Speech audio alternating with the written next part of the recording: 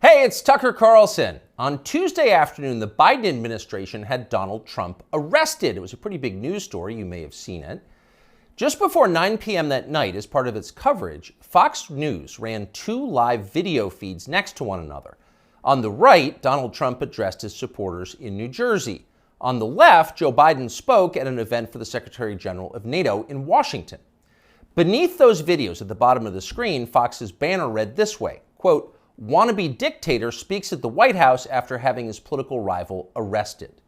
Those words were up for less than 30 seconds, but the effect was immediate. Inside Fox, the women who run the network panicked. First, they scolded the producer who put the banner on the screen. Less than 24 hours after that, he resigned. He'd been at Fox for more than a decade. He was considered one of the most capable people in the building. He offered to stay for the customary 2 weeks, but Fox told him to clear out his desk and leave immediately. Then the company issued a public apology for the 27-second-long wannabe dictator line. Quote, "The chyron was taken down immediately," Fox's PR department said, and then added ominously it was, quote, "addressed." That was all true, but it was not enough to save Fox News from the ensuing scandal. For a time in the rest of the media, Fox's assessment of Donald Trump's arrest seemed to overshadow Trump's arrest itself. Suggesting that Biden is a dictator, declared the Washington Post, quote, "crossed the line." Alexander Vindman agreed strongly. Vindman is the perennial MSNBC guest and full-time Ukraine promoter you may remember from Russiagate. On Twitter, he demanded that the Pentagon pull Fox News from all military bases. It is, quote, "absolutely unacceptable for American Forces Network to carry programming that directly, spuriously, attacks the commander-in-chief of American Armed Forces," Vindman wrote. In other words, Joe Biden must ban all criticism of himself because that's what non-dictators do. John Cusack went further still. "For the crime of calling Biden a dictator, Fox should be shut down," wrote the 80s-era movie star. Quote, "the government has to take away their broadcasting license." And so on. It was all over the internet. Democrats were very, very angry. But why were they angry? If the banner on Fox was false, why the hysteria? Lies don't seem to bother anyone anymore. If some cable news producer had called Joe Biden a genius or accused him of being secretly Sudanese, would anyone be yelling about it? Would Fox News have apologized for it? Probably not. But calling Joe Biden a wannabe dictator, that stung. So you've got to wonder, if you're being honest with yourself, is Joe Biden a wannabe dictator? That question came up yesterday at the White House briefing. Here's how it went. Last night, Fox News ran a chyron that referred to the president as a wannabe dictator, and I'm wondering if the White House has any comment on that. So look, there are probably about 787 million things that I can say about this that was wrong about what we saw last night, but I don't think I'm going to get into it. There's no comment the White House has on. I think I just commented. Oh, no comment necessary. Of course Joe Biden's not a wannabe dictator. Just because he's trying to put the other candidate in prison for the rest of his life for a crime he himself committed doesn't mean he has a totalitarian impulse. Come on, that's absurd. It takes a lot more than jailing your political rivals to earn the title wannabe dictator. That's the consensus in Washington tonight. And in some ways, for once, the consensus may be right. It is not a small thing to be a wannabe dictator. It's quite a process. There are a lot of steps. First off, there is the money. The one thing that all dictators have in common is they enrich themselves and their families, their tribe, even as the countries they govern grow steadily poorer and more desperate. They take kickbacks from businesses and from other dictators. They use the official functions of their government to funnel cash to themselves. They don't bother to hide the fruits of this. They live in garish mansions with big lawns, far from the teeming cities, even as their own citizens languish in growing poverty, in some cases literally living in tents on the street. So they don't really hide it, it's all pretty blatant. And ordinary people resent it.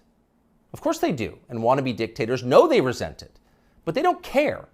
There's nothing the population can do about it in a dictatorship. It's no longer possible to fight injustice in a system like that. People can't gather in large numbers to protest the rule of the dictator. If they try that, they'll be arrested by his state security services, even years after the fact. A visit from men in body armor at the breakfast table. That happens. And if citizens persist in believing they can gather in groups to protest, they may be shot to death, a bullet to the throat.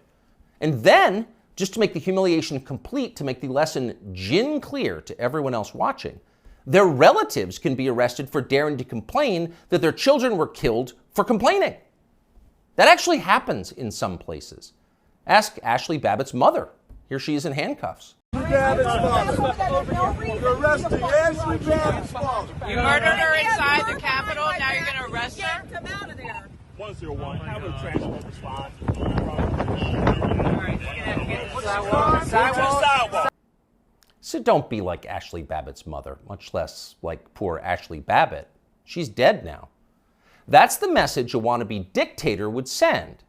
And by the way, it's not just public protest that would be banned in a dictatorship. You wouldn't be allowed to complain from your own home. Unauthorized opinions expressed on the internet would be censored. Go too far, press too deep, tell too much truth, and they'll just erase your opinions. They have no choice, really. It's a matter, as they say, of trust and safety. You must trust the leader, or else you will jeopardize his safety.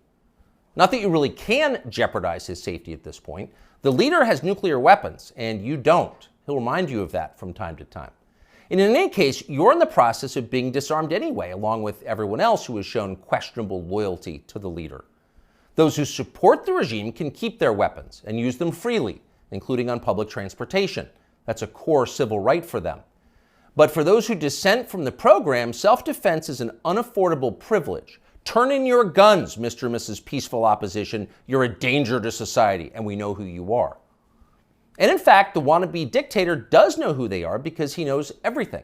Technology has made him all-seeing.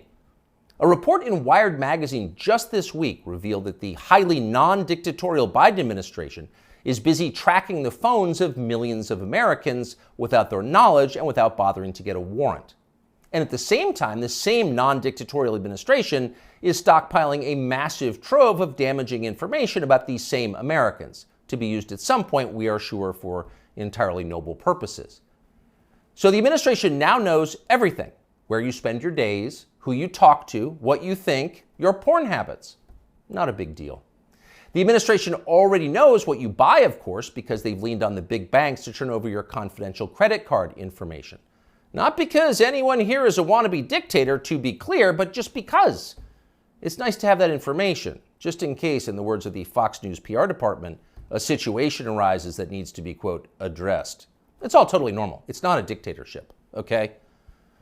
But in the end, the main reason you know Joe Biden is not a wannabe dictator is because he just does not fit the profile as a man. Dictators have that look. You know one when you see one. Dictators build cults of personality around themselves, and they use those cults to deny the glaringly obvious. In his later years, to name just one example, North Korean dictator Kim Il-sung developed an enormous baseball-sized tumor on the back of his neck. It was huge. It was grotesque. It was right there. You couldn't ignore it. You couldn't possibly not see it. But in North Korea, state media did ignore it. They pretended it didn't exist. And so, in some important sense, it didn't. If a tumor grows on a neck but no one acknowledges it, is it really there? Thankfully, nothing like that is happening in our country or ever will. If Joe Biden ever developed some profound physical or medical problem that was obvious to everybody, journalists would say something. This is not North Korea. We don't have state media here.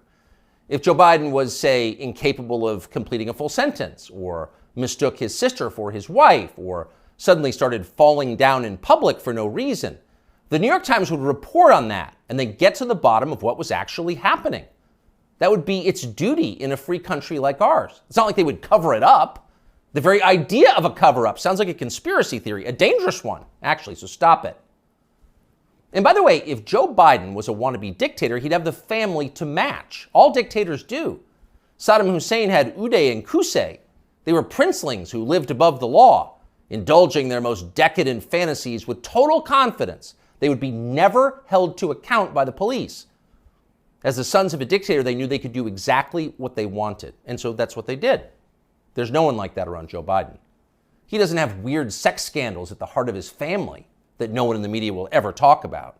He doesn't have a ne'er-do-well former nightclub-owning brother who's made a living for 30 years by being related to him. Not at all. That's dictator stuff.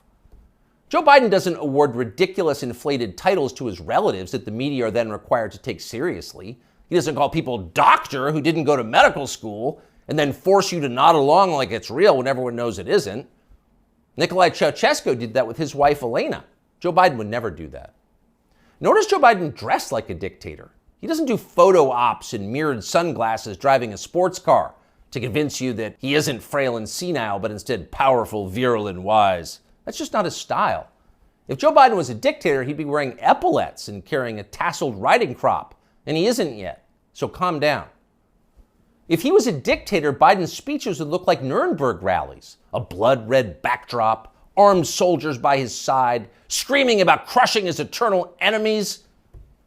Honestly, Biden did come close to that one time last September at a speech in Philadelphia, but it wasn't in any sense dictatory. It was necessary.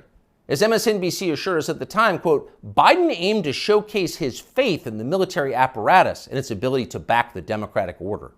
See, it was about democracy, not dictatorship. No cause for alarm. He is not a dictator. A dictator would stockpile ammunition for his own bureaucrats, including his tax collectors. He'd redefine the legal code to make disloyalty to the regime the most serious crime.